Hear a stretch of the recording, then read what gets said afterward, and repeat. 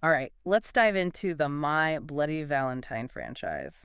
Sounds good. We've got articles, reviews, the whole works, ready to uncover what makes this slasher series tick. Yeah, it's more than just your average masked killer, right? Right.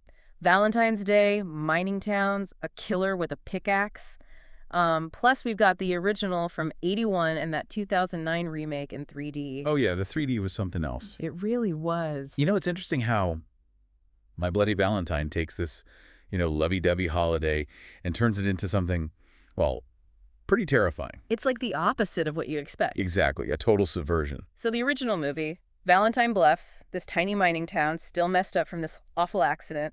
And then, like it wasn't bad enough, you've got Harry Warden. Right, this vengeful miner. Yeah, goes on a Valentine's Day killing spree, then vanishes, poof, Leaving everyone terrified. and scarred. Seriously. The film gets into, like, how these past horrors, they don't just go away, Yeah. especially in a small town, you know? These close-knit communities, everyone knows everyone's business. And secrets.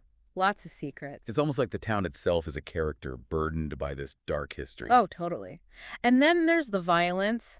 This movie, even for horror fans, it pushes the limits. It got censored, big time. Oh, yeah, I remember hearing about that. Almost 10 minutes cut. Wow. And now the uncensored version, it's like this legend, a holy grail for horror fans. People want to see what was cut. It's like this forbidden treasure. Adds to the whole mystique. It's true. You start imagining what was so bad it had to be cut. Sometimes that's scarier than anything they could have shown. I get that. Your mind fills in the blanks. Yeah, and even with the cuts, My Bloody Valentine, it still shocked people. That gritty look, it was almost like a documentary. Like you're peeking into a real town, real people. Which makes it way more disturbing when things go bad. Definitely. And then years later, you have the remake, 2009, and they go all out with the visuals, the 3D. It's a completely different experience. Throws you right into the action, literally, with the blood splatter and all that. This time, we're in Harmony, right? Another mining town with a dark past. Yep, another massacre. But this one happened 10 years before. And we follow Tom Hanniger, wrongly blamed for the killings. Comes back to clear his name.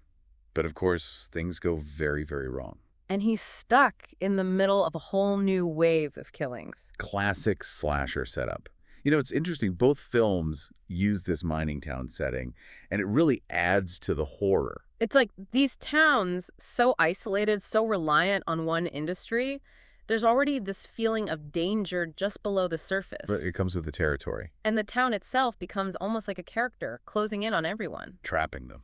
Yeah, and because these communities are so tight-knit, the violence feels that much more personal. It's not just some random act.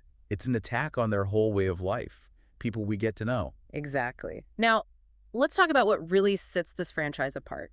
The killer's look. I mean, mining gear. Who would have thought that could be scary? It's not the first thing that comes to mind, is it? But it works. This gas mask, meant to protect, in the killer's hands, it hides their face. It's like, you're facing this faceless monster. You don't know who's behind it. Exactly. Pure nightmare fuel. Tapping into that fear of the unknown. Mhm. And it's not just the mask, it's the whole getup. The overalls, the boots, the pickaxe. Brutal. Industrial. And a chilling reflection of the town's identity. Like the very things that sustain life in these communities, can also be used to destroy it. Yeah, it's heavy stuff. And Valentine's Day as the backdrop for all this, it's such a bold choice. You don't expect that from a slasher. It's brilliant, though. Totally flips the script. Yeah. It's like, hey, you think this is going to be all hearts and flowers? Nope. Pickaxe to the face. Totally. And it makes you think, right? About love, how it can get twisted. Oh, yeah, for sure. That corrupted love idea, it runs through both films. In the original, you get hints of it with Harry Warden, his whole backstory. But the remake, with Tom Hanniger, it dives deeper into those motivations. It's not just a random killer.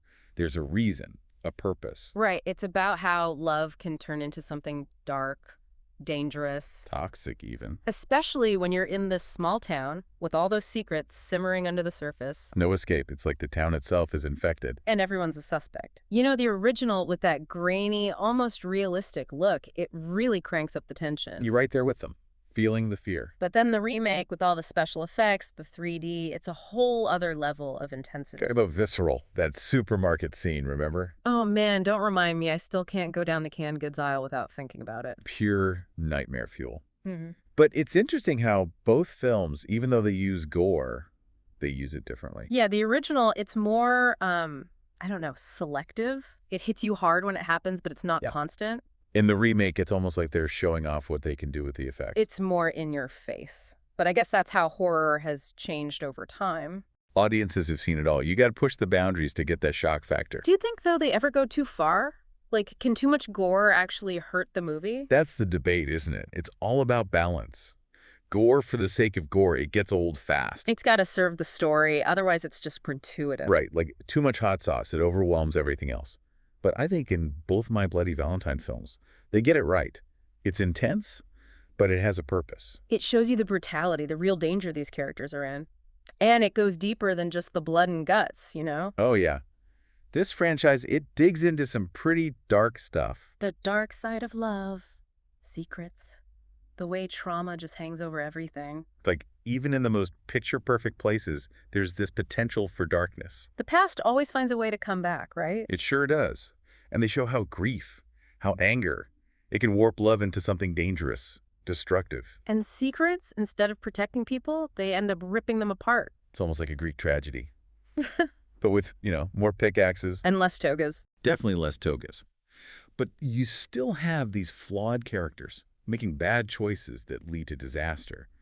And we're left wondering, what's good, what's evil, where's the line? It makes you think, which is what good horror should do. And it's what makes these movies stick with you. They're not just mindless slashers. They're about something real, something human. Okay, so we've covered a lot, the history, the themes, the evolution of My Bloody Valentine. But now I want to hear from you, our listeners.